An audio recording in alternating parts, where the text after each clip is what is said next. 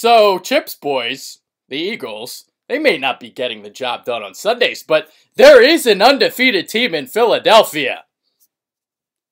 How about those Temple Owls, baby? Respect the T and love it. Learn to love it. They're freaking awesome. And there's a possibility that they could be playing in a New Year's Six Bowl by season's end as long as they keep winning.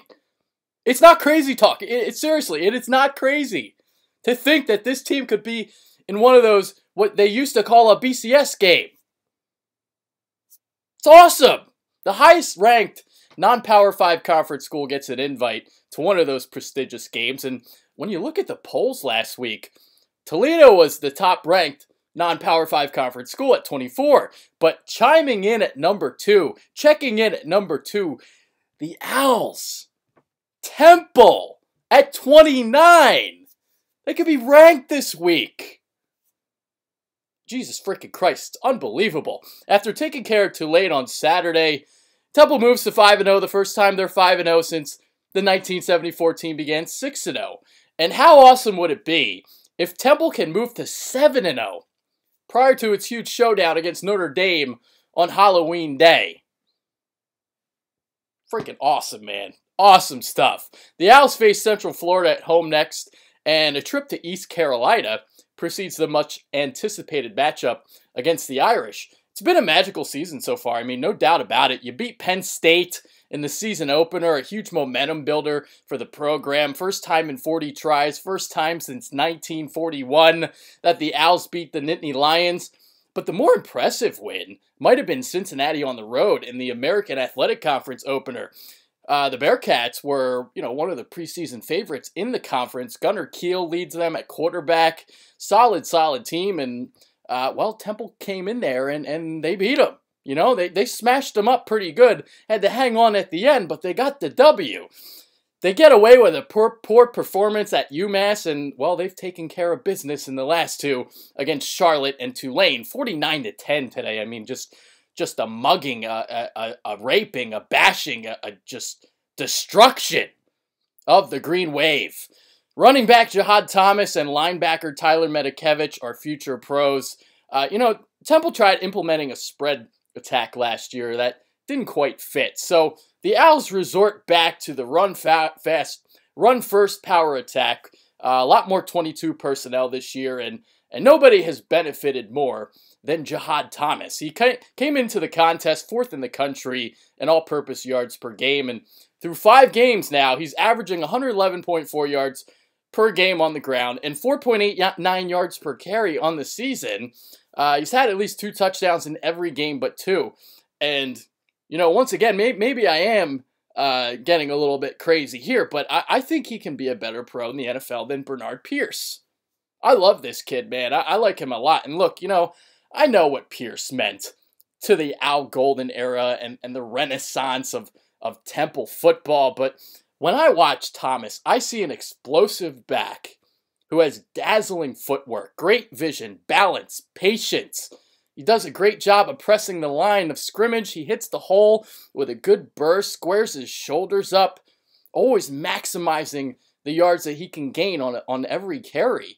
Obviously, his smaller stature may negate him from being a high draft pick, but if he's taken by the right team and scheme, he has the potential to be like a Gio Bernard kind of type of scat back. One of those kind of guys, like a Brandon Oliver or something, Medikevich will definitely be playing on Sundays. He's not fast or overly athletic, but he's smart and extremely instinctive. He fills the stat sheet, he tackles, he can get to the quarterback, he can cover, intercept passes. I mean, look at the stats he's recorded this season. He's just everywhere, smorgasbord. He's a very intriguing prospect. Again, he's going to be one of those mid to late round guys because his physical traits do hold him back a little bit. But if Temple can really do something this year, it could enhance his stock because say they do play in a New Year's Six game. All the scouts are going to see him. And if he can dominate, shit, who knows? The passing game has been kind of stagnant, but, I think P.J. Walker is helping the offense because he's not turning the ball over. Just 2 interceptions and a fumble in the first 5 games.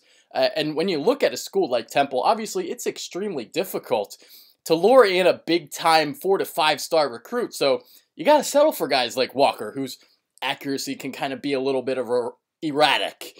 The biggest receiving threat is Robbie Anderson, who missed all of last season due to academic issues. I love that he catches the ball with his hands and not his body. Defense is obviously the strength for Temple, not just Matakevich, but guys like defensive tackle Matt Ioannidis, cornerback Tavon Young, linebacker and brother of former Eagles tight end L.J. Smith. You got Nate D. Smith. Ioannidis, I think, is the best of that bunch, who's not named Matakevich. He's like a 300-pound defensive tackle. He's a former defensive end, slid over inside, solid pass rusher at the defensive tackle spot using his experience, playing D-end. The Tulane game today, it was kind of funny because Temple wins 49-10, but when you look at the first quarter and a half, it was more than an inauspicious start. It was a start that reminded you of the Temple of old. 3 fumbles, one of them recovered by Tulane inside Temple territory, a muff punt that led to a turnover. You had a drop kickoff in the first quarter and a half. I mean, all of that happened. And despite all the blunders and all the follies, TU did still lead 14-10 at the midway point of the second quarter. So, in all, the Owls will probably be the favorites in every game but the Notre Dame game the rest of the way. So, hop on that Temple train, man. Hop on it. Get on it. I am. I've always been a Temple guy. Ride or die, man. It's a basketball school, but this year, they're a football school. And especially if the Eagles can never turn it around, I mean, hop on that Temple train. Or maybe the Temple subway. Hop on that one. Because we're going somewhere this year, man. We're going places. Maybe one of those New Year's Six Bowls, that would be awesome. And you damn sure know that I'll be there. I'm going to take a plane and I'll be supporting the cherry and white, So we're not known as a fan base that not a lot of people go to the games. But I want to change that. We got to change that. That's why we don't go to bowl games. That's why we go 8-4 and not get a bowl invite. Last year, you go 6-6, not get a bowl invite because these bowls, they don't want Temple. We don't draw. So let's change that. Let's start going to some of these games. Let's start supporting this team and the program and the football program. I mean, it's amazing what they're doing this year. So yeah, hop on the train, hop on the subway, and let's go see where it takes us. Later, guys. I'm Adrian Fedque. Follow us on Twitter at TheBitterBirds. But today, I'm not a bitter owl. I'm a really happy owl. Thumbs up, baby. Go TU.